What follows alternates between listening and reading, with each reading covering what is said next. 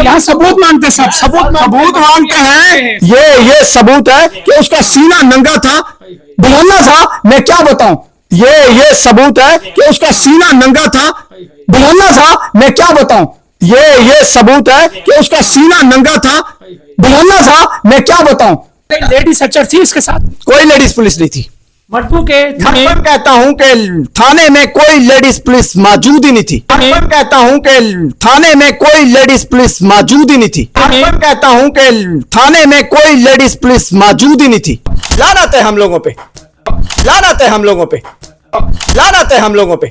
इस चीज की रिक्वेस्ट करती हूँ आईजी साहब से कि सर मैं इस वक्त आपसे रिक्वेस्ट करती हूँ कि आपकी भी बेटियां हैं सर, मैं भी किसी की बेटी हूँ सर। आपसे रिक्वेस्ट है कि मुझे इसका इंसाफ दें और मुझे मेरा हक लेकर दें। और जो मेरे साथ लूट मार और मारपीट हुई है और जो मेरे साथ ज्यादती और जो है तशद्दुद हुआ है, तो जो सर मेरे साथ जो तशद्दुद हुआ है और ये जो मेरे साथ बेपर्दगी और निहायत ही जानवरों वाला सलूक हुआ है सर, इसके लिए मैं ये चाहती हूँ कि आप मुझे इसका इंसाफ लेकर दें।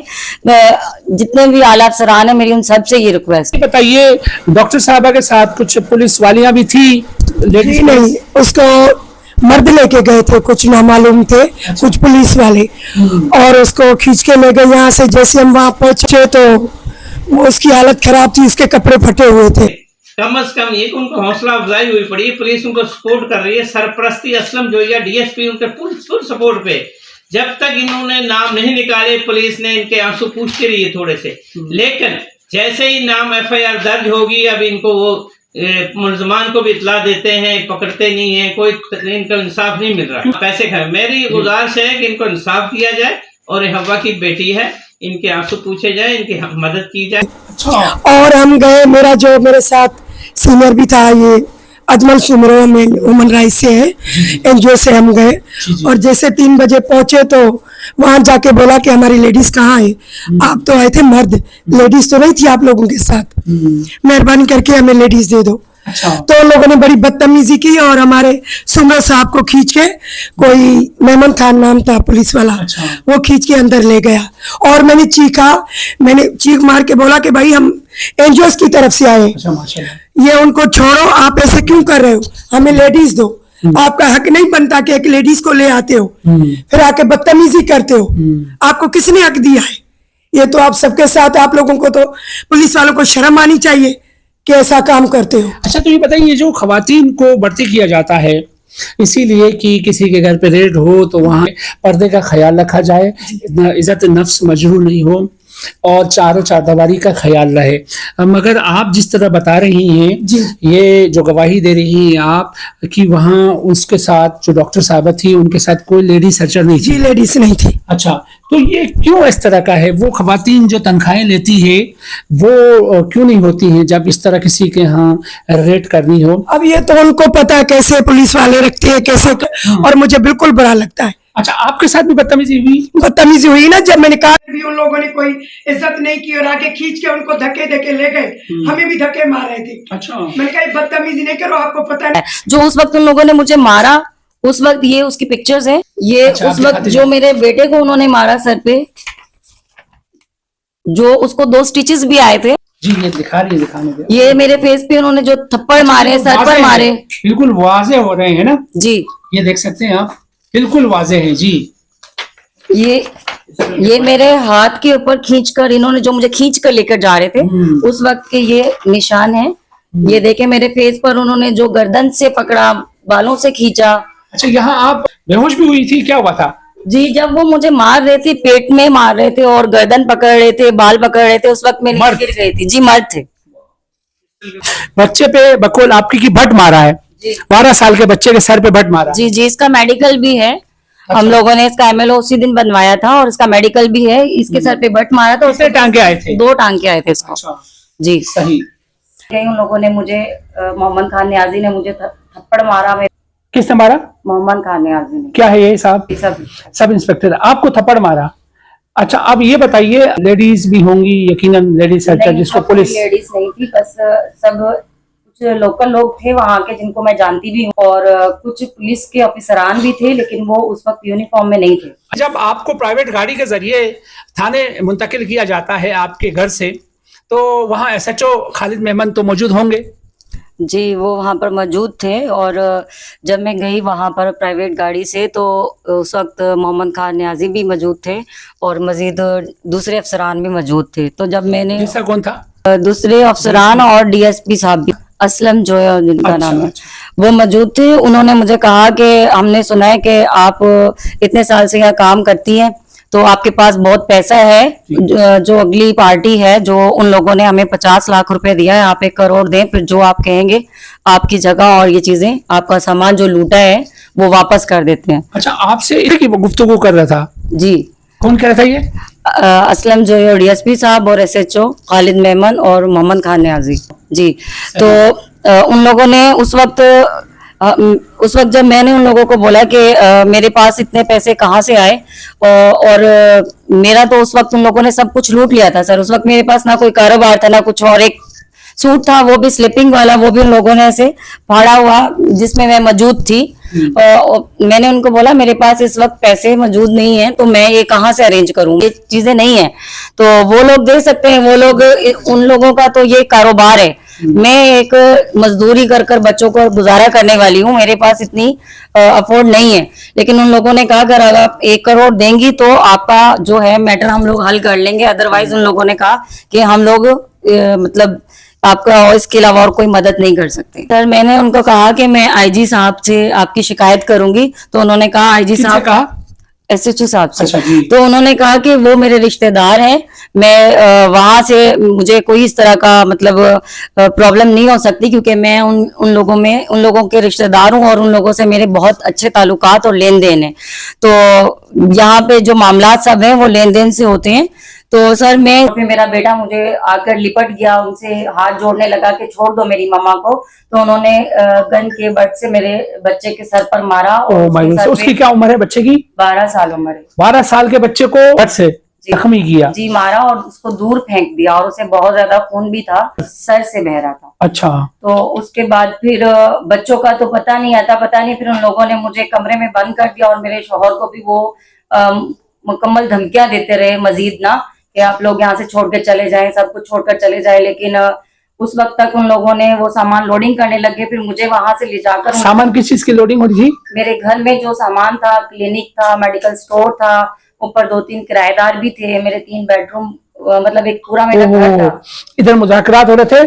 जी जी, उधर लोडिंग हो रही थी? लोडिंग हो रही थी। लोगों ने वो खूब लूट मार की, जो भी मेरे घर में पैसे वगैरह। अब आपको इस बात का इल्म नहीं है कि आपका घर खाली हो रहा है, क्लिनिक में जो सामान था वो खाली हो रहा है? कमरे में हम लोगों के साथ ये लेबर रूम का पूरा सामान होगा यकीनन? लेबर रूम, अल्ट्रासाउंड मशीन वगैरह, लाइफलाइन सिस्टम और सैचुरेशन सिस्टम, इसके अलावा ऑक्सीजन सिलेंडर, ऑटो क्लीपर वगैरह, 4-5 मेरे जो है जनरल वार्ड के बेड थे और मतलब जो भी क्लिनिक से रिलेटेड चीजें होती हैं।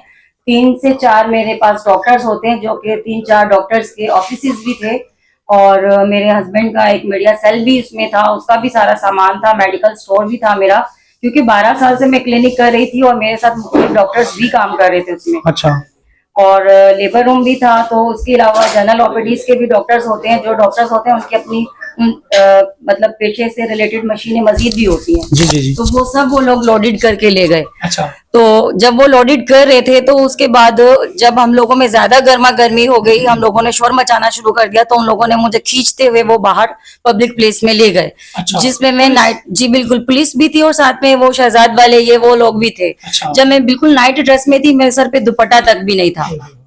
फिर वो लोग मुझे जब घसीटते हुए बाहर लेकर गए, उस वक्त जब वो घसीट के नीचे खींच कर लेके जा रहे थे बालों से और कपड़ों से, तब ये मेरा सूट ये सारा फट गया था उस वक्त। ये देख सकते हैं नाज़रीन किस तरह से इन पर तशद्दुद किया जाता है।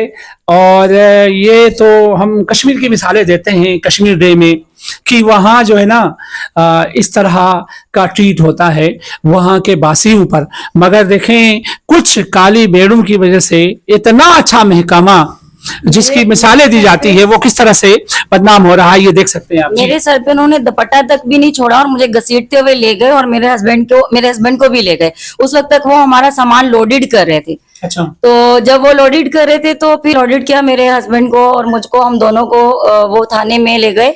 और फिर आपको मोबाइल के जरिए ले जाते हैं या कोई प्राइवेट गाड़ी में बैठाया जाता है?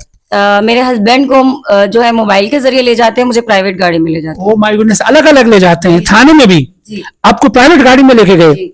कितने मर्द होते हैं उस गाड़ी के जरिए आपको थाने ले जाए? मेरी गाड़ी में मोहम्मद खान न्याजी खुद थे और दो ये शहजाद और ये जो उनका भाई जो फरियाद वगैरह, उन्होंने ना मेरी इज्जत छोड़ी। जो 12 साल से मैंने यहाँ पर इज्जत कमाई, एक बंदा जो सिर्फ एक हाउस वाइफ होती है उसकी इज्जत एक अलग हिसाब से होती है। मैंने तो एक माशरे में 12 साल काम किया है। इस 12 साल काम करने के बाद इसके अंदर जो इंसान को एक माशी तौर पर और जो एक इंसान की अपनी एक रेपुटेशन होती है उसके ऊपर फर्क पड़ा है। बताइए अब क्या कहना चाहेंगे, क्योंकि आला अफसरान बड़े पढ़े लिखे हैं, जिसमें आईजी सिंध बजाते खुद अल्हम्दुलिल्लाह इस तरह के केसेस को हाथ से निकलने नहीं देते हैं, उन्हीं की मेहरबानी से कुछ थोड़ा बहुत इनका काला कमा होता है। सर ये 26 तारीख का वाकया है और आज इसको 1 महीने से ज्यादा का अरसा गुजर गया है। हम लोग तो कोई ऐसा दरवाजा नहीं है जो हम नहीं गए हैं, लेकिन अभी तक हमें कोई ऐसा इंसाफ नहीं मिला है। खुदारा आप लोगों के घर में भी बच्चियां होंगी, बेटियां होंगी, बहनें होंगी, बीवी होंगी, माएँ होंगी, कोई भी औरत हो, उस इज्जत जो है पाकिस्तान में या किसी भी जगह पे इंसानियत के लिहाज से, किसी भी लिहाज से हर औरत की बराबर होती है। मेरे साथ तो आज हुआ है, कल किसी और के साथ होगा। खुदारा आप लोगों से ये रिक्वेस्ट है कि एक औरत की तहफ़्फ़ुज़ के लिए जितना हो सके बेहतरीन करें, बेहतरीन तहफ़्फ़ुज़ मुहैया करें। जो तहफ़्फ़ुज़ फराहम करने वाले अफसरान हैं वही हम लोगों को आज बर्बाद करा है। उन्होंने घर से बेघर किया है, लूटा है और इतना तशद्दुद किया है जितना इंसानों पे तो बहुत दूर की बात है, जानवरों पे या कुत्तों पर भी ऐसा नहीं करते। मैं आज तक भी जो है ये जो धमकियां मिलती हैं जान से मारने की कि आप ये जगह वगैरह छोड़कर चले जाएं, फटे हुए सूट से मुझे घर से बाहर निकाल दिया। जब वो मुझे थाने में ले गए उसके बाद एक ह्यूमन राइट्स के भाई बने हुए हमारे, उनसे वो उन्हें जब मालूम हुआ मेरे बच्चे रोते हुए उनके घर पर गए तो वो सुबह में 5-6 बजे थाने में आए। उनके बाद उन्होंने आकर जो है हमें वहां से पुलिस वगैरह से जो है मुतालबात करके मुझे वो वहां से लेके गए। तो मैंने देखा, मैं शर्मशार हूं। ये देखो, ये खुदा की कसम मैं कहता हूं ये कश्मीर की बेटी है, ये हवा की बेटी है, ये हम मुसलमानों की बेटी है, ये हमारी माए बहनें हैं। मैं शर्मशार हूं। अफसोसनाक बात है कि हम मुसलमानों में अगर यहां पाकिस्तान में ये हो रहा है तो कश्मीर की में क्या हालत होगी, फलस्तीन में क्या हालत होगी। लानत है हम पर कि हम अपनी मां बहनों की हिफाजत नहीं कर सकते। मुझे मारने की धमकी देते हैं, मैं कहता हूं यहां ठोको, मैं ही डरता मैं मौत से। कुल्ला नफ्स जायका मौत, मरना मुझे कल भी है, आज भी है, मौत का जायका चखना है। मगर किसी मां और बहन के सामने मुझे ये सूरत हाल मिली तो खुदा की कसम मैं इंसाफ के लिए फिर आईजी साहब तक जाना पड़े, कमिश्नर कराची तक जाना पड़े, या मुझे मेरे चेयरमैन बिलावल भुट्टो साहब के पास जाना पड़े, मैं फिर इंसाफ का तकाजा करूंगा। क्योंकि ये पाकिस्तान की हवा की बेटी है। मैंने उसको भरना हालत में देखा, वहां लेडीज पुलिस नहीं थी। मेरी आंखों में उस वक्त आंसू आए। मैंने कहा मोहम्मद खान तुम जो ये कर रहे हो, मैं आईजी साहब तक जाऊंगा। और मैं आईजी साहब तक गया, ऑनलाइन मैंने उनको पोस्टें की हैं, मेरे पास इस वक्त सबूत है। वो बच्ची हमारी बहन है, मुसलमान बहन है। वो खुदा या अल्लाह का वास्ता है, मोहम्मद रसूलुल्लाह का वास्ता है, ये पैसों की खातिर जुल्म करना छोड़ दो। अगर आप लोगों को इतनी पैसों की हवा से तो फिर दलालत करो। ये काम क्यों करते हो? कब्जा माफिया बन गए हो यार, किसी बहन बेटी की इज्जत लूट रहे हो। अच्छा, जब आप जाते हैं तो वहां ये फटी हुई कमीज उठाएं, जरा दिखाएं आईजी साहब को। मैं शर्मसार हो जाता हूं, मैं कैसे अपनी बहन, यहाँ सबूत मांगते, सब सबूत मांगते हैं। ये सबूत है कि उसका सीना नंगा था, बहाना था। मैं क्या बताऊं, मैं कोई गरम मार दूं फिर मैं अपनी बहन बेटी का बताऊं? ये आप देख नहीं सकते। ये अगर आप कैमरामैन दिखाएं, ये उनके मुंह पे बट मारे गए। ये उसके बेटे को खून से लथपथ मैंने उठाया, मेरे पास मेडिकल मौजूद है। ये सूरत हाल देखें इनकी। ये आप अपनी बहन बेटी की करेंगे? अगर मैं इस बेटी के लिए इंसाफ नहीं कर सका, ले सका, मैं अपनी बेटी का क्या आपको रखूं? मैं पाकिस्तान, हमारी अपनी बेटी, अपनी मैं देखे ना, मैं ये सोचता हूं मेरी 3 बेटियां हैं, मैं इस बेटी बहन का इंसाफ नहीं ले सका, मैं अपनी बेटी बहन का क्या तहफ़्फ़ुज़ करूंगा? नाज़रीन अस्सलाम वालेकुम, पाकिस्तान में आपका होस्ट फिदा पाकिस्तानी और आप देख रहे हैं voice of Karachi programme Majid के साथ। नाज़रीन मैं इस वक्त मौजूद हूँ थाना KIA की हदूद में और बताता चलूँ कि यहाँ एक दिल दहलाने वाला वाकया पेश आया। एक खातून डॉक्टर हैं इलाका मेहरान टाउन में, और 26/2/2025 को एक ऐसा दिल दहलाने वाला वाकया, और उसमें मुलविस वज़ात खुद पुलिस रही है, थाना पुलिस, और SHO खालिद मेमन, जो कि अपने आप को बाअसर समझ के इस तरह के कब्जे करवाता था और उसकी अवज में मंड के पैसे लेता था। और यकीन जानी अगर हमारे यहाँ इदारे एक्टिव हो, एंटी करप्शन, और बजाते खुद तो पुलिस जो कि किसी गरीब के ऊपर तो सुल्तान राही बनकर डंडा उठाती है, मगर ऐसे बाअसर लोगों के ऊपर अगर डंडा उठा लें, और ऐसे जो अपनी महकमे के लिए धब्बे का बाइस है, काली भेड़े हैं, उनके ऊपर अगर डंडा उठा ले तो यकीन जानिए इनके पास से बड़ा माल निकलेगा। SHO खालिद मेमन जैसे काली भेड़ों पर अगर डंडा उठाया जाए, इनका एहतसाब हो, तो यकीन जानिए यहाँ जो है हमें IMF के पास जाने की ज़रूरत निश्ता। यकीन जानिए इनके पास बड़ा माल है, और ये बड़ा माल देकर आते हैं, जो कि आपने सुना होगा, मशहूर है। ऐसे काली भेड़ों को तैनात करने के लिए भी लाखों रुपये इनको बजाते खुद खर्च करना पड़ता, फिर वो लाखों रुपये की रिकवरी इस तरह होती है। न यहाँ माँ बहन की इज्जत देखी जाती है, न ऐसे काली भेड़े जो है चारों चार दीवारी का ख्याल रखते हैं, न ही जो है वो पर्दे का ख्याल करते हैं। और एक खातून जो कि शोबे से डॉक्टर हैं, यहाँ खिदमत कर रही है कि कच्ची आबादी में, और उस खातून के ऊपर हाथ उठवा SHO की इमा पर सब इंस्पेक्टर मोहम्मद खान नियाजी साहब, जो कि मशहूर ज़माना है, और उनसे कोई भी इस तरह का कोई गैर कानूनी काम कराना हो, चुटकी की मार है। जो कि आप देखेंगे इस केस को किस तरह से डील किया गया, रात के अंधेरे में धज्जियां उड़ाई गई है। और यकीन करें एक अच्छा अगर माशरा हो, जो कि इदारे हैं हमारे यहाँ, काश ये इदारे बेदार हो जाए, इस खातून को अपनी माँ बहन बेटी समझ के।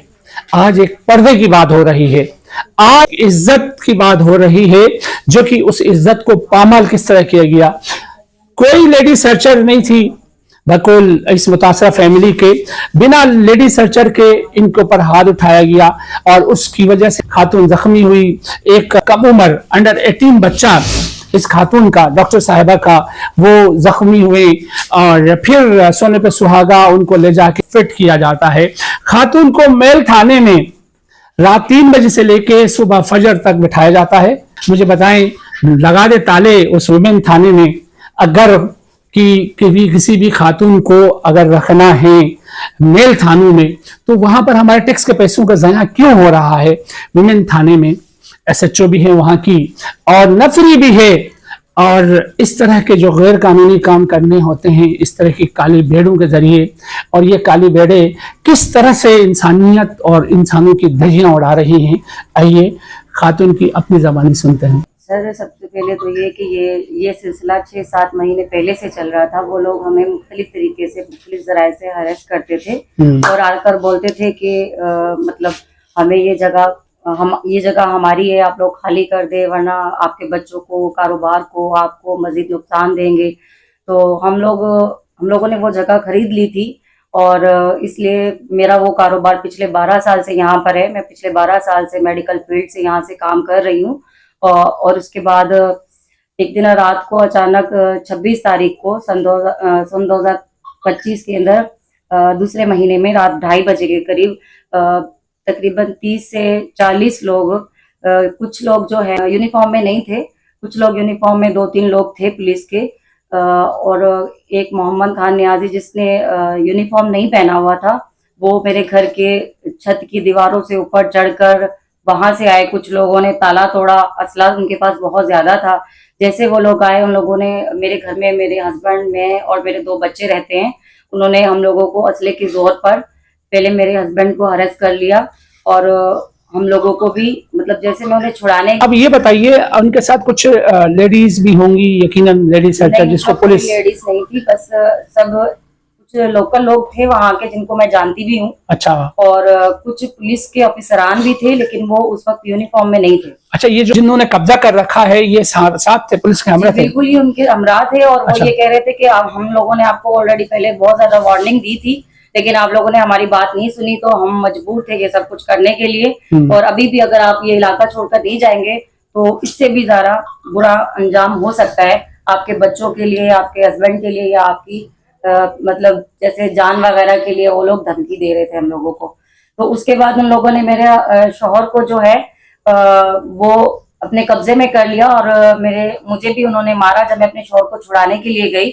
और वगैरह शहजाद कौन है, फरियाद कौन है, ये भी जरा बता दें। ये शहजाद है, उन्होंने पीछे कोई प्लाट लिया है मेरे बिल्कुल ये मेरी जो जगह है ये एक्स्ट्रा लैंड है, जिनसे मैंने ये जगह खरीदी है वो दूसरे लोग हैं।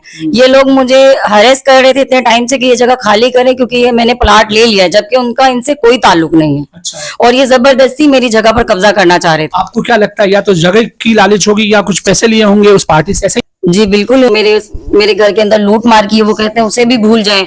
सर मुझसे ये अब तक जो 12 साल में जिंदगी में जो मैंने जो कमाया वो लोग सब लूट कर ले गए हैं। अभी सामान भी सर, अभी मेरे पास ना तो कोई रहने के लिए घर है ना कोई कारोबार है। उन लोगों ने मुझे एक सूट तक भी नहीं उठाने दिया, इस फटे हुए सूट से मुझे घर से बाहर निकाल दिया। जब